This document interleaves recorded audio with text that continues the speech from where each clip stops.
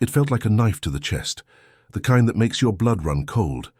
Seeing my own son, my flesh and blood, rummaging through my drawers in the dead of night, thinking I was asleep, but I was watching him, seeing everything. 79 years of life, only to discover that the child I nurtured with such care was planning to pull the ground from under my feet. Life is sometimes more bitter than the black coffee I've been drinking every morning since I was a boy. Lying there, pretending to snore softly as I always do, I saw Julian, my oldest son, sneaking in like a cat on a roof.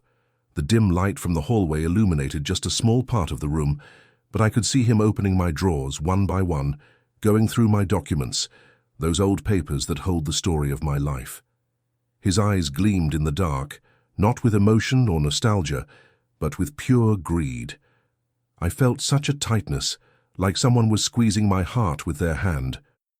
I stayed quiet, just breathing slowly, while he searched for what didn't belong to him. My name is Vincent Martin. I'm 79 years old. I'm a retired letterpress printer, a trade I learned from my father as a boy, and one I've carried with pride my whole life. I was born and raised here in Lancaster, Pennsylvania, a land of hard-working people. Our town is known for its Amish traditions, the county fair, and the scent of fresh crops that spreads during harvest times. Despite retirement, I still maintain my small print shop, Martin's Letterpress, which I founded back in the 60s, and which has become part of this town's history. Many of the festival posters, wedding invitations, and even the first flyers for our county fair came from my presses. Life was never easy. I started working at 12, helping my father operate those heavy machines with the smell of ink and oil that still lives in my nostrils. I married young to my Teresa. May God rest her soul, and we had 2 children, Julian and Mary. I raised them with the sweat of my brow, sleepless nights, setting type and printing orders for local businesses. When technology started to change, I adapted as best I could. I bought more modern equipment, always saving every penny. The print shop was more than a business. It was the legacy I wanted to leave for my children. That's why I always gave up many things. I never had a new car, never traveled abroad like other business owners in town. My pleasure was seeing my family well and the business growing slowly but steadily. Before continuing this story, I'd like to thank the Grandpa's Voice channel for allowing me to tell my story. And I ask you who are watching to subscribe to the channel, leave your like, comment where you're watching from and what time it is there, and share this video with someone who needs to hear this message. Every day there's a new story here on Grandpa's Voice, stories from people like me who have lived a lot and have something to teach you younger folks. But getting back to what I was saying, that night changed everything.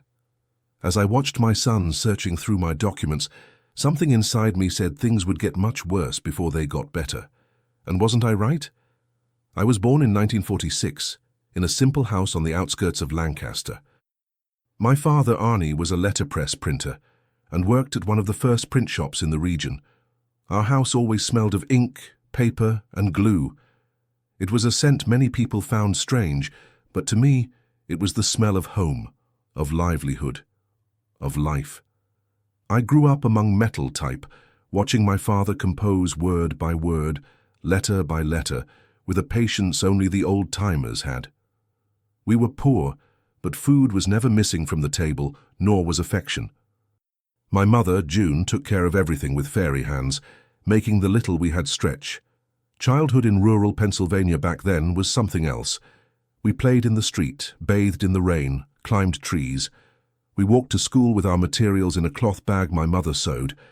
On weekends, the whole family gathered to share stories on the porch, while the elders told tales.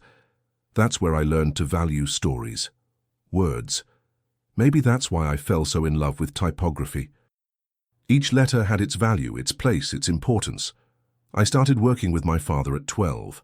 At first I just cleaned the machines and organized the type. Then I learned to compose. It was meticulous work that required concentration and precision.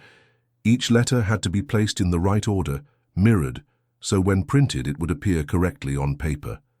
The smell of ink, the sound of the press, the weight of lead type in my hands. All this is part of me, like the wrinkles on my face. When I turned 18, I was already a respected printer. I worked at the same print shop as my father, Central Printing, which belonged to Albert Zimmermann, a strict but fair German-American. That's where I learned the secrets of the trade, the printing techniques, choosing the right paper for each job. I woke up at 5 a.m., had a black coffee and went to work. I only returned when the sun had already set, with hands stained with ink and the satisfaction of a job well done. The routine was demanding Monday through Saturday, 6 to 6, with 1 hour for lunch. During festival seasons in town, like the county fair, we worked even later, printing posters, invitations, brochures. Each job was done by hand, with artisanal care. There wasn't this rush of today. We did things with finesse, checked everything 2-3 times before printing.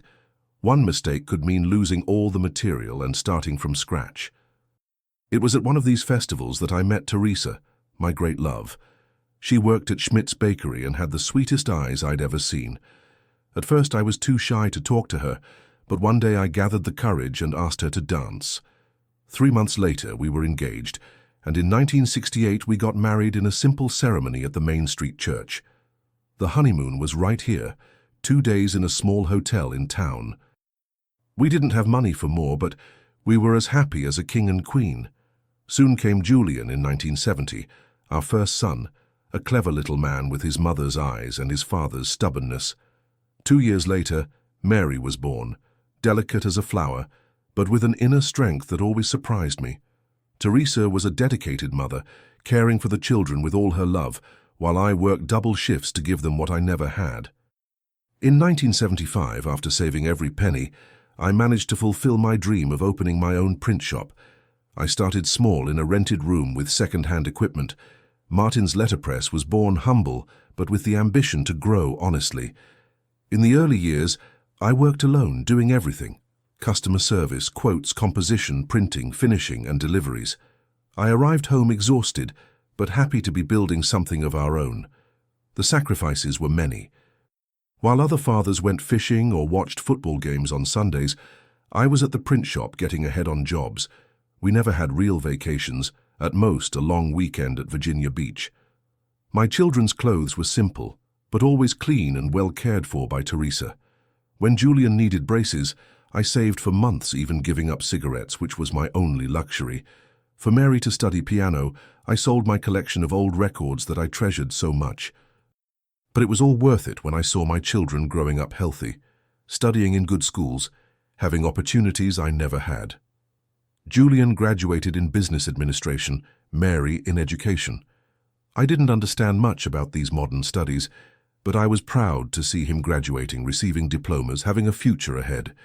Over the years, the print shop grew.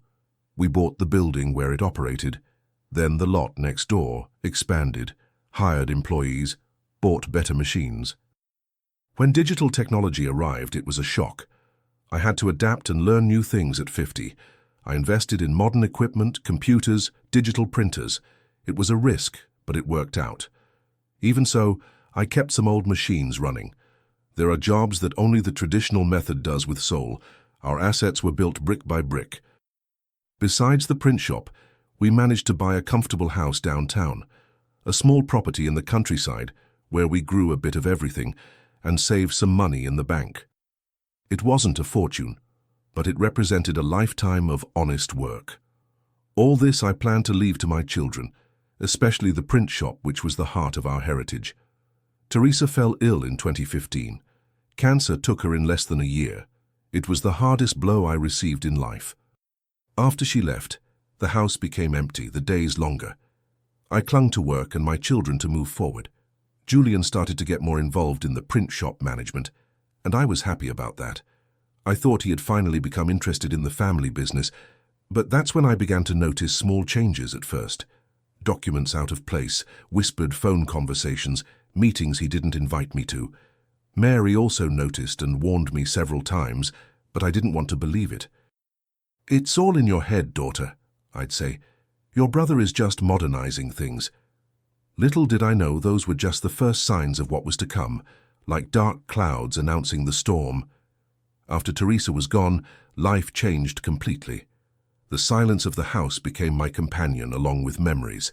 In the first few months, the children came to visit often. Mary, with her caring way, brought food, tidied the house, sat with me to have coffee and listen to my old stories. Julian appeared more on weekends, always in a hurry, looking at his watch as if he had more important commitments. It was during this time that I signed a power of attorney for Julian. I had a severe pneumonia in the winter of 2016. I was hospitalized for almost a month at Lancaster General. The doctors even said I might not survive because of my age and my lungs already weakened by years of smoking those hand-rolled cigarettes. Worried about the print shop standing idle with bills to pay, I signed a document giving my son full powers. "It's just while you recover, Dad," he said with that folder of documents in hand. I, weak and trusting, signed without even reading it properly. Thanks to God and the good doctors, I recovered. I returned home and after a few more weeks was back at the print shop, against the wishes of my children who said I needed to rest. "Rest is for when you're dead," I'd reply, stubborn as always. But things were no longer the same at Martin's letterpress. Julian had hired someone named Ernest as administrative manager, a man I had never seen before, in a suit and tie, who spoke in complicated terms and always had a calculator in hand. "He's going to modernize our processes, Dad," my son explained. This Ernest began to change everything. He dismissed 2 long-time employees, saying they were unnecessary costs. He changed suppliers I had worked with for decades. He began to refuse small jobs that had always been the bread and butter of the print shop, like business cards and flyers. Mary noticed my discomfort with the changes. One Sunday afternoon, as we were having coffee in the backyard, she said to me, "Dad, I don't trust this Ernest, and Julian has been acting strange, always on his cell phone, hanging up when someone comes near." I shook my head, trying to shake off the worry. "It's the way young people are these days, daughter. Everything is business, everything is rush." But deep down I was also uneasy. The changes became more evident. Important papers began to disappear from my office. The revenue that Ernest presented to me every month didn't match the activity I saw in the print shop. Old customers called complaining they were no longer served as before, and Julian, my son, was increasingly distant, avoiding my questions, getting angry when I questioned his decisions. It was on one of those sleepless nights, the kind where you toss and turn thinking about life, that I heard the noise. It was past midnight, and the house was silent. At first I thought it was the wind rattling the old windows, or perhaps the neighbor's cat jumping over the fence. But then I heard footsteps in the hallway, the kind that try not to make noise. I closed my eyes and pretended to sleep, my heart pounding in my chest. The bedroom door opened slowly, and through the streak of light that entered, I recognized Julian's silhouette. He entered stealthily, looking at my bed to confirm I was sleeping. I breathed deeply and regularly, like someone in deep sleep, but under my eyelashes I observed his every move. My son went straight to the old wardrobe where I kept my important documents. Carefully, he opened the 3rd drawer, the one I always kept locked, but which that day I had forgotten to turn the key. "What are you looking for, my son?" I thought to myself, my heart tight. I saw when he took a blue folder where I kept the print shop deeds, the property records, the company's articles of incorporation. He opened the folder right there, under the dim light coming from the hallway, and began to leaf through the documents, removing some and placing them in the inside pocket of his jacket. I almost got up right then, almost screamed, asking what he was doing. But something told me to wait, to observe until the end. Julian rummaged through a few more drawers, picked up other papers, and then, when he was about to leave, his cell phone vibrated. He answered quietly, almost whispering, "Hello? Yes, I'm at his house now. Yes, I found the original documents.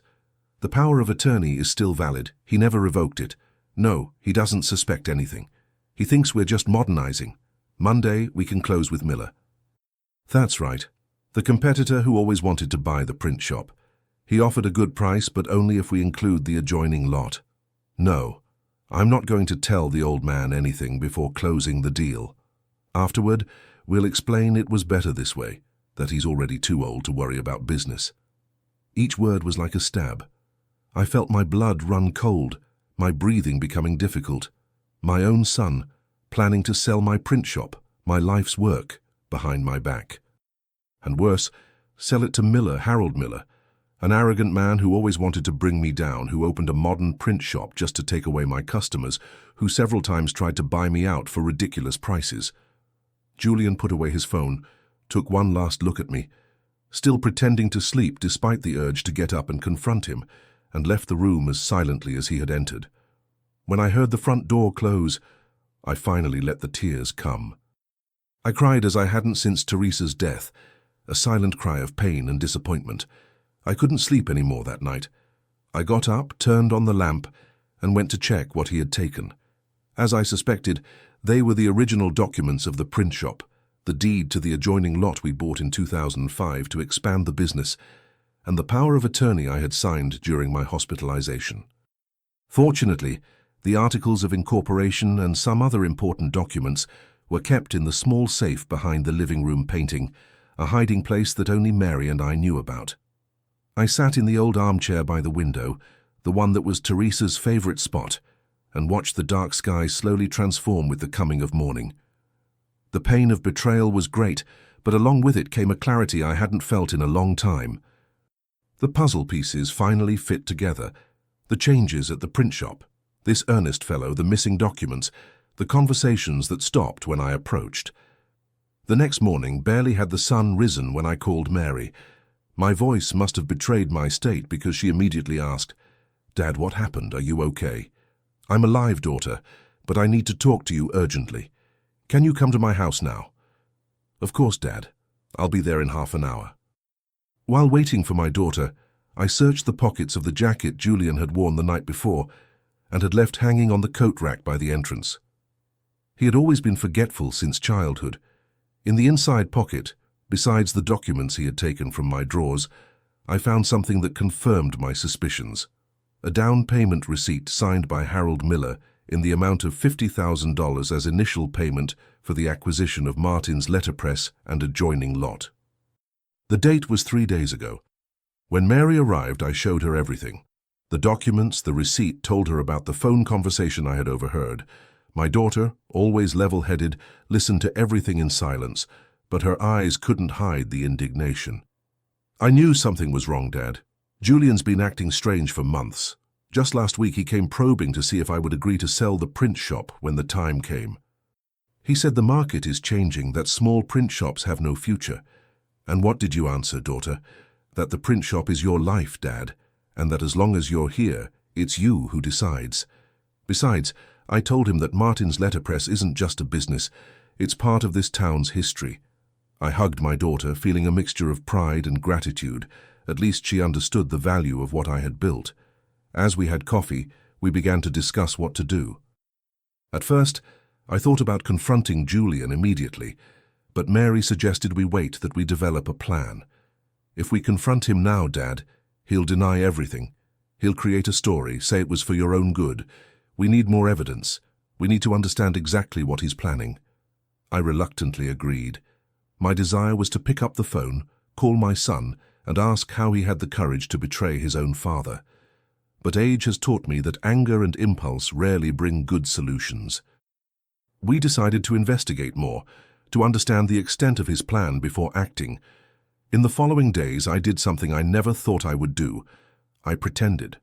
Pretended I knew nothing, that I still trusted Julian, that I believed the vague explanations he gave about the changes at the print shop.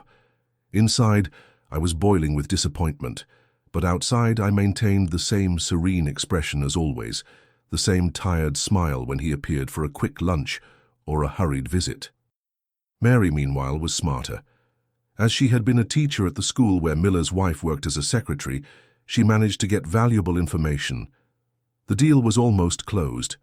Miller would pay $1.2 million for the print shop and the lot, a price well below market value. The sale would be made using the power of attorney I had signed, without the need for my express agreement. And the worst part, as soon as the sale was concluded, the old equipment, my traditional letterpress machines, which were the soul of the business, would be sold as scrap, and the building demolished to make way for a parking lot that Miller needed for his modern print shop across the street. These discoveries were like a bucket of cold water. It wasn't just my son's betrayal that hurt. It was knowing that all my work, all my history, would be erased. transformed into a parking lot. The machines I kept running out of love for the art that I used to teach the traditional craft to young people interested in preserving the cultural heritage of letterpress would be sold as scrap metal. It was at this moment that something changed inside me. Pain gave way to determination. I might be old, I might be tired, but I wasn't defeated yet. If Julian thought he could walk all over me just because I have 79 years on my back, he would learn that age doesn't mean weakness. With Mary's help, I began to develop a plan. It wouldn't be petty revenge, that's not my style. It would be justice, it would be a lesson. It would be a way to protect what I had built with so much sacrifice.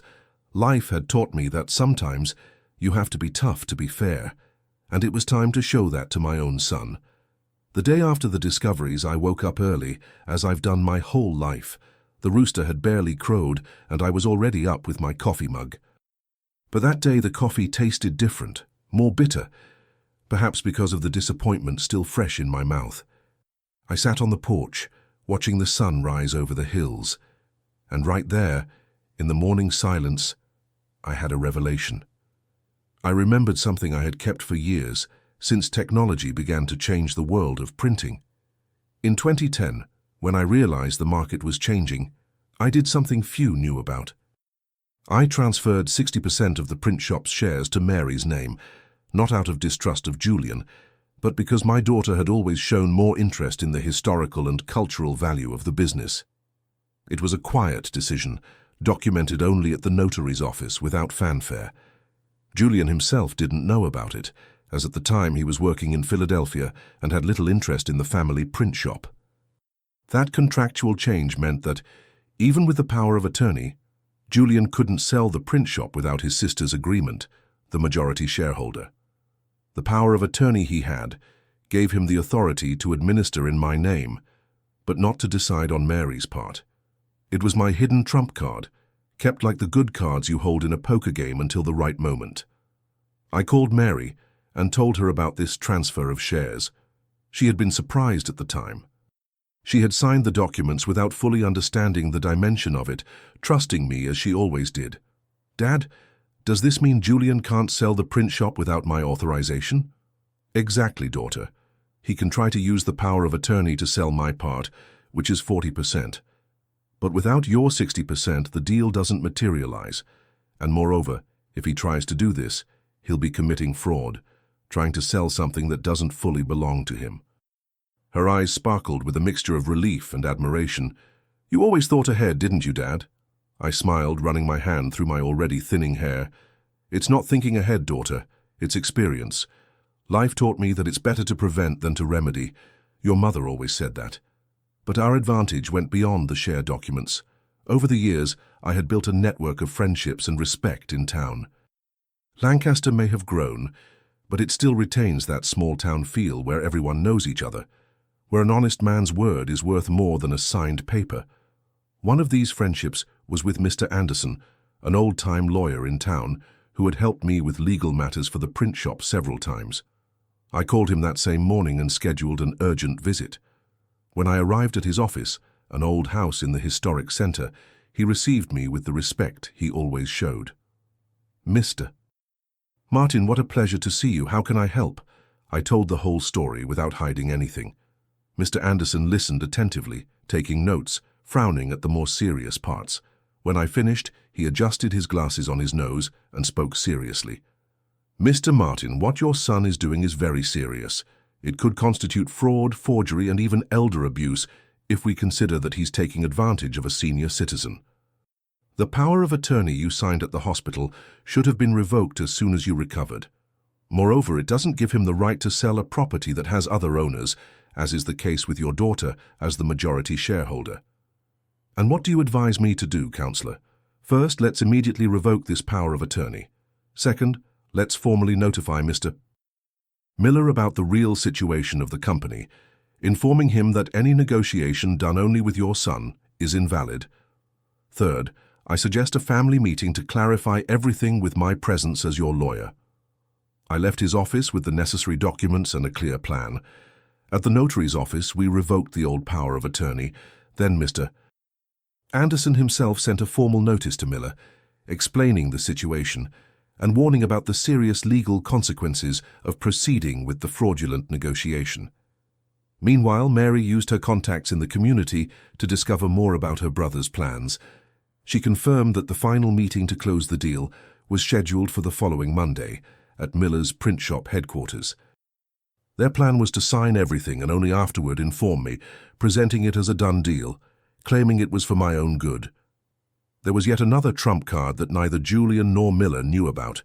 In 2018, the city had included the Martins Letterpress building in the town's historical heritage catalogue for being one of the last traditional print shops still in operation with original equipment from the early 20th century. This meant that the building could not be demolished or altered without special authorization, which completely undermined the plan to transform it into a parking lot. This partial heritage listing document was kept in the bank safe, along with other important papers. On Friday, I went there and retrieved it, one more card up my sleeve for the confrontation that was approaching. On Sunday night, I called Julian with a voice more tired than usual. "Son, I'm feeling a bit unwell. Could you come for lunch tomorrow? I wanted to talk to you about some things." "Tomorrow is complicated, Dad. I have several important meetings." He tried to escape. "It's important, son. I'm thinking about making some changes at the print shop. I wanted your opinion." I used the right bait and he bit. "Okay, Dad, I'll stop by around noon."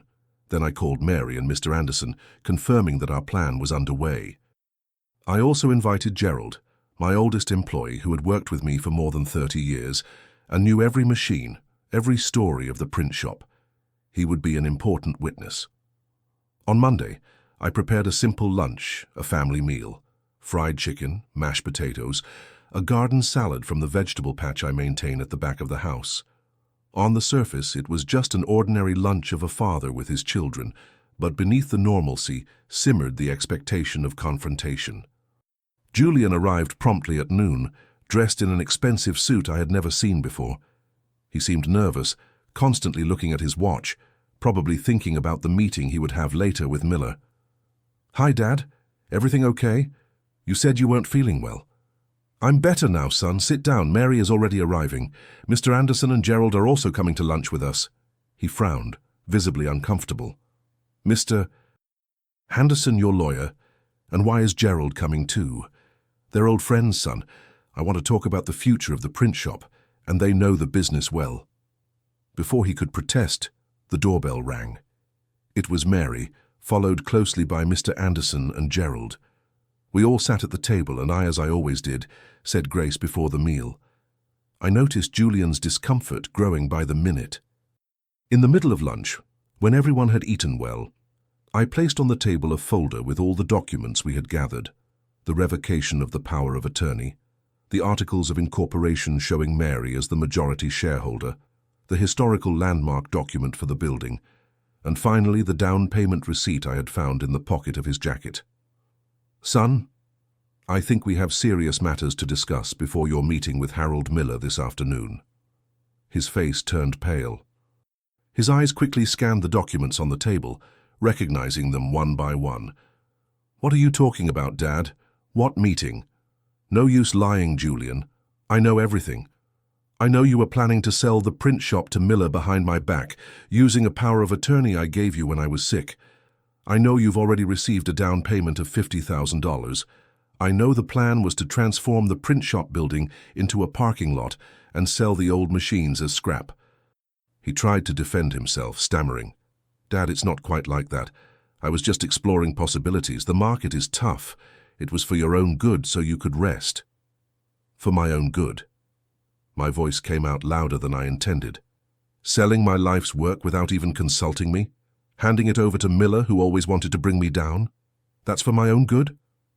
Mary intervened with a calm but firm voice. "Julian, what you did is very serious. It's not just a moral issue of betraying Dad's trust, it's illegal. The print shop isn't just Dad's. I'm the majority shareholder with 60% of the shares. You couldn't sell it even with the power of attorney, which, by the way, has already been revoked."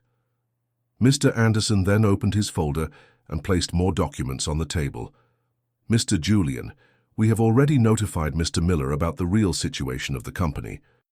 He is aware that any negotiation done only with you is invalid and can have serious legal consequences. Additionally, the Martins Letterpress building is a listed historical landmark. It cannot be demolished. Gerald, a simple but dignified man, with hands calloused by decades of work at the print shop, spoke next. Mr. Julian, I watched you grow up. I saw the sacrifice your father made to build the print shop, to give you and Miss Mary an education. How can you think of ending all that? Those old machines aren't scrap, they're living history. Cornered, Julian finally dropped the mask. His face turned red with anger. You don't understand anything about business. That print shop is a dinosaur. It's losing money. The world has changed. Nobody wants traditional letterpress services anymore. Miller was offering a good price, much more than it's worth in today's market. And how much of that value would actually come to me, son? How much would go into your pocket as commission? He didn't answer, avoiding my gaze. His silence was more revealing than any confession. Julian, I continued, now with a more controlled voice, that print shop isn't just a business, it's my life, my history. It's the legacy I want to leave to the community, to the young people who are still interested in the art of traditional letterpress. It was never just about money. Dad is right, said Mary. So much so that we're already in negotiations with the university to transform part of the print shop into a learning space, a living museum of letterpress. We'll continue with the services that still give returns, but preserving the historical and cultural value. This information was new even to me. I looked surprised at my daughter, who smiled. It was going to be a surprise for your birthday, Dad. It's almost all set. Julian sat in silence for a few moments, visibly shaken, realizing that his plans had been completely dismantled. Then, unexpectedly, he began to cry. They weren't tears of remorse, I quickly realized, but of frustration, of anger at having been discovered. You don't understand, I'm having financial problems. I made some investments that went wrong, I have debts. Miller offered me a generous commission for the sale. So that was it. My son wasn't just thinking about modernizing the business or providing me with a peaceful retirement. He was desperate for money, willing to sell the family heritage to cover his own debts. How much do you owe, Julian? I asked, more sad than angry now. Almost $200,000, he murmured, without looking me in the eyes. I shook my head, disappointed but not surprised. I always knew Julian liked to show off, to appear more successful than he really was. The new car every year, the designer clothes, the expensive trips, all to impress others, to show a prosperity he didn't have. And that new suit there, how much did it cost? He didn't answer, embarrassed. Son, if you had told me about your problems, I would have helped you within my means. You didn't need to try to go behind my back, betray my trust. Mr. Anderson intervened again. Mr. Julian, you have two options now. You can face the legal consequences of your actions, which include a possible criminal charge for attempted fraud, or you can accept the proposal that your father and sister are making. What proposal? He asked, without hope in his voice. I looked at Mary, who nodded, and then I spoke. You're going to work at the print shop, learn the business for real, not just the administrative part that you pretend to know. You're going to start from the basics, as I started, understanding each process, each machine. We will use the business knowledge you have, yes, but to preserve the business, not to destroy it. In exchange, we'll help renegotiate your debts, find a viable way to pay them off. And if I don't accept, then Mr. Anderson will do what's necessary in court, and Miller will also be sued for trying to participate in a fraudulent deal. Julian looked around at the serious faces at the table and realized he had no way out. He lowered his head and murmured, I accept. The immediate consequences were painful, but necessary. Julian had to call Miller in front of us, cancelling the meeting and explaining the situation. He had to return the down payment he had already received, using his personal savings. The German-American was furious, threatened to sue, but Mr. Anderson reminded him that he was also participating in an irregular negotiation, which made him back down. The print shop employees found out what happened, not in detail, but enough to understand that there had been an attempt at an irregular sale that was prevented. Their respect for me, which was already great, seemed to increase even more. Some came to thank me personally for saving their jobs and preserving the tradition of Martin's letterpress. The reaction of the extended family was mixed. My older brothers, Arnold and Christine, were shocked by Julian's attitude, but supported me in the decision to give him a second chance, instead of immediately resorting to justice. "Family is family, Vincent. You did the right thing," said Arnold when he came to visit me after the news spread among the relatives. Julian's wife, Patricia, initially sided with him, accusing all of us of being old-fashioned and not understanding the modern business world. But over time, when she realized the seriousness of what he had tried to do, she changed her stance. One afternoon, a few weeks later, she came to see me alone with tears in her eyes. "Mr. Martin, I'm sorry. I didn't know everything. I didn't know about the debts, about the deal with Miller. Julian told me you were planning to modernize the print shop, maybe sell a part, but not this." I forgave my daughter-in-law. Of course, she had also been deceived in her own way. And with 2 small grandchildren to raise, she needed my support more than my resentment. Almost 2 years have passed since that lunch that changed everything in our family. Today, sitting on the porch of my house having a coffee while I watch the sun set behind the Lancaster Hills, I can say that the wounds are healing, even if the scars are still there. Julian kept his word. At first it was difficult, of course. He would show up at the print shop every day at 7 a.m. as we agreed, but with a closed face, barely speaking to me or the other employees. I started teaching him from scratch, as my father had taught me, cleaning the machines, organizing the movable type, understanding each part of the process.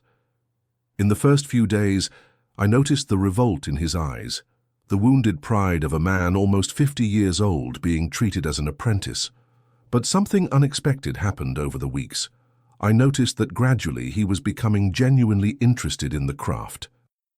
I saw the first genuine sparkle in his eyes when he managed to compose and print a small business card by himself using the traditional technique. "Dad, look how it turned out." He showed me with a shy smile that reminded me of the boy he once was. That smile was worth more than 1,000 words of apology. His debts were renegotiated as we promised. Mary and I used part of our savings to pay off the most urgent creditors. And for the rest, we established a gradual payment plan using part of the salary he began to receive from the print shop. It wasn't easy. He and Patricia had to sell the new car, move to a smaller house, cut many luxuries, but they are adjusting and, most importantly, they are learning to live with what they really have, not with the appearance they wanted to maintain. Mary's idea of transforming part of the print shop into a learning space materialized. We partnered with Lancaster University, and now twice a week we receive design and graphic arts students to learn traditional letterpress techniques. It's a joy to see those young people marveling at the artisanal process, understanding that not everything needs to be digital and instant to have value. Some of them even come back after classes, wanting to learn more, fascinated by a craft that many considered extinct. Julian, surprisingly, has become one of the instructors for these courses. He discovered he has a talent for teaching, for transmitting knowledge. Who would have thought my son, who wanted to sell everything, as scrap, is now passionately explaining to young people the historical and cultural value of our old machines? In the commercial part of the print shop, we did make changes, yes, but respecting the essence of the business. We maintained the traditional services for specific clients, artists, collectors, special events, who seek the charm and quality of old letterpress. And yes, we incorporated more digital technology for conventional jobs to maintain competitiveness. It was a middle ground that is working well. As for Miller, that arrogant man ended up selling his print shop to a larger chain and moved away from Lancaster. I heard he had problems with the IRS, something about tax evasion. I don't wish ill on anyone, but I confess I wasn't sad to hear the news. As the old-timers used to say, God may delay, but he doesn't fail. Patricia, my daughter-in-law, has also changed. After overcoming the initial shame, she began to get closer to me and Mary. Now she comes for lunch at my house every Sunday. She brings the grandchildren, Lucas, 12, and Valerie, 8, 2 blessings that renew my energy. Lucas, in particular, already shows interest in letterpress. The other day I caught him messing with the type drawers, curious as I was at his age. My relationship with Julian will never be what it was before. Certain breaches of trust leave permanent marks. But we are building something new, perhaps even more authentic. Now he sees me as I really am. Not just the elderly father who could be deceived, but a man who built something valuable with work and honesty, and who still has much to teach. Mary continues to be my safe harbor. It was she who organized the surprise party for my 80th birthday a few months ago, gathering family, friends, and even former clients of the print shop. That night, looking at all those smiling faces around me, I felt that despite everything, I am a lucky man.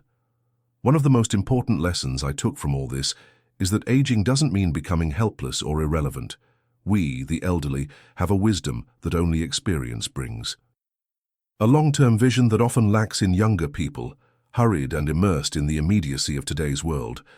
When Julian tried to go behind my back, thinking I wouldn't notice or react, he underestimated not only my love for the print shop, but my ability to face challenges even at almost 80 years old. Another lesson was about forgiveness.